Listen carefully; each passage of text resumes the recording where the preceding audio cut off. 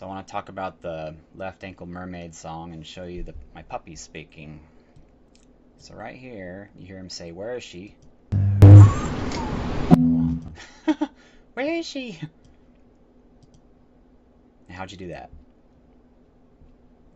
He says more. How'd you do that?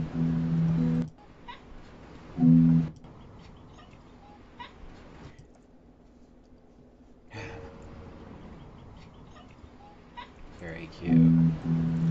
So when I made this song, I didn't have any plan or anything. I just kind of picked up my guitar, the one that my ex got for me, and I just made up a song out of the blue and recorded myself. I did one take, and all the mistakes I kept in the song. I just, which you can tell right in the very beginning.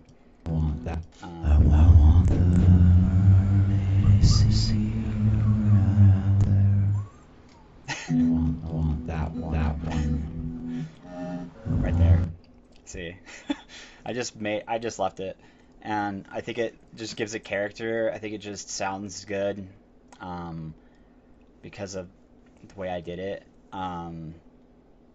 What I did is I just added to it a little bit and made it like the mistakes. I made them happen several times in a row, so it's kind of like a psychedelic effect and not really a mistake, or at least that's what it sounds like.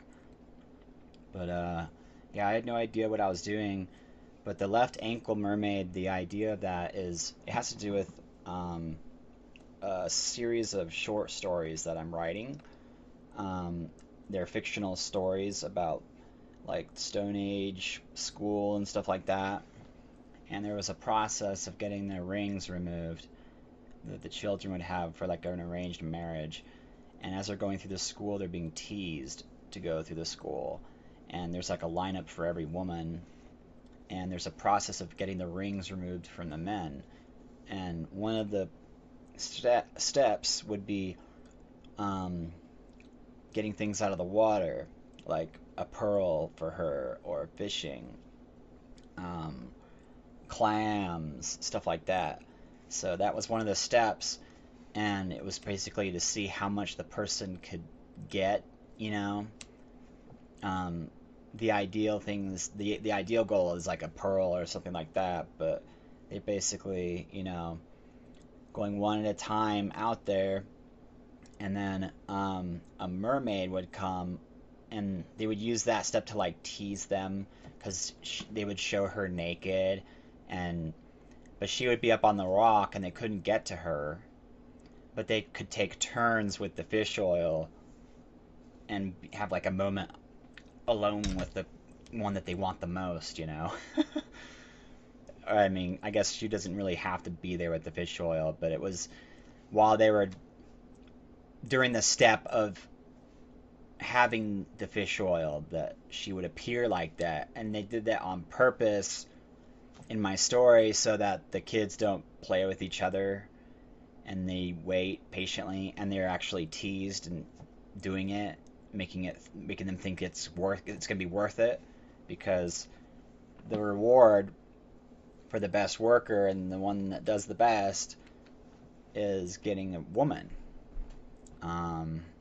So that was what in my fictional story, what was the step of getting the left ankle bracelet removed.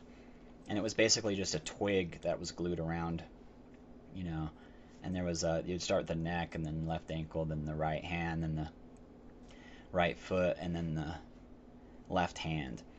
And then it would end up with her getting all of her rings removed, and they're getting married, and then the last final ring's getting wrapped around their hands. It's not a ring, it's just like twine. And anyways, that's the ceremony. And I came to this story from analyzing a dream that I had of my ex-girlfriend. She had a bunch of rings on the same, from the picture that I have on the album cover, and she told me in the dream to figure out what those rings meant. And I tried to do it, and to figure it out, what I did was I tried to get possessed by my ancestors and anybody else that would help me figure out what we did. And I would put on old folk music, like the oldest pagan, you know, Nordic music I could find, and I would put that on, and I would feel like it was responding to my thoughts. So I would ask it questions and ask things like, "What was this ring for?" and stuff like that. And um, there's different processes of getting the ring removed, and the left ankle is the second one. The very first one is um, the necklace. I think. I can't remember, but that was what I had in my head, though.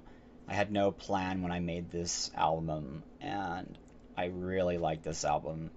I like it a lot. I think it's great. Um, this song is probably one of the best ones. It's a very good song. I like the bells. They go from side to side and everything. It's very simple.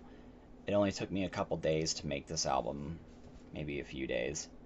Um, I've been working hard. I'm determined to get going with this.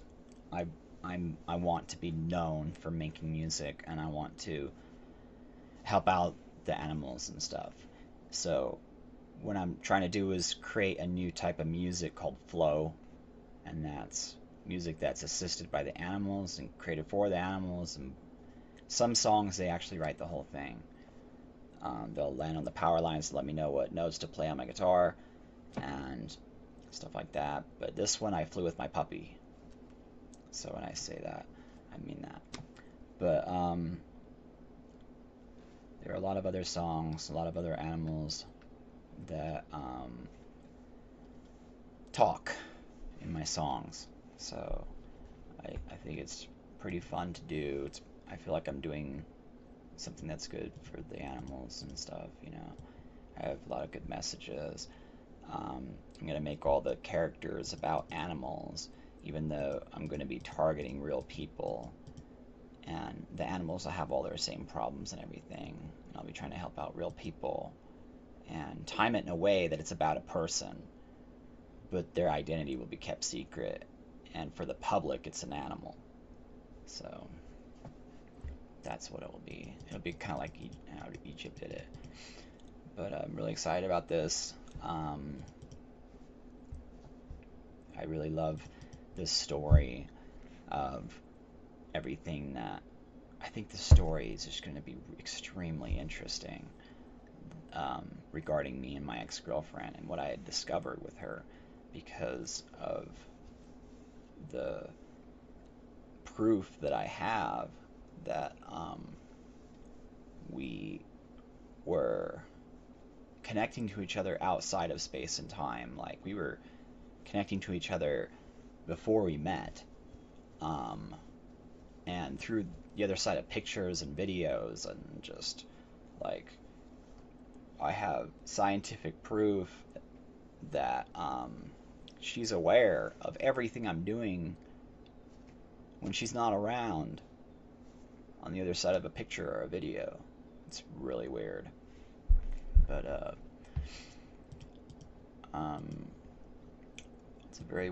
it's a very interesting story. Really love it. Again, here it is. Where is she? How'd you do that?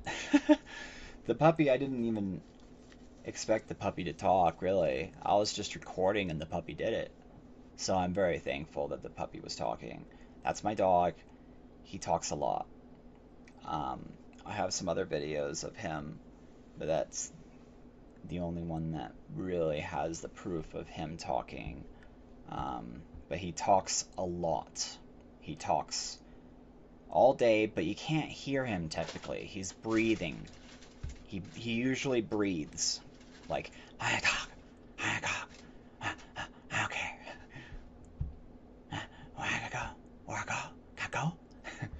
Why? Who is it? Who is it? When he's worried, that's funny. He'll go, who is it? Who is it?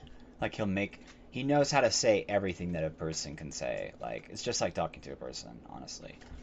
It's really cool. The birds here outside are like that. My neighbor dogs are like that. All the animals here seem to be like that. Um, they weren't like that in Portland. And I recently went there and were trying to talk to the animals and they wouldn't do it. And they didn't, you know, they got excited that I would think that they were capable of it, but they didn't know how to do it. They never tried or anything. The ones here do. So that's pretty cool. It's definitely something that should be shared, and it's definitely something that's addictive to. It's really cute, and it's funny. Like the video that I have of the birds talking. If you watch that video enough to get the birds stuck in your head, it's funny.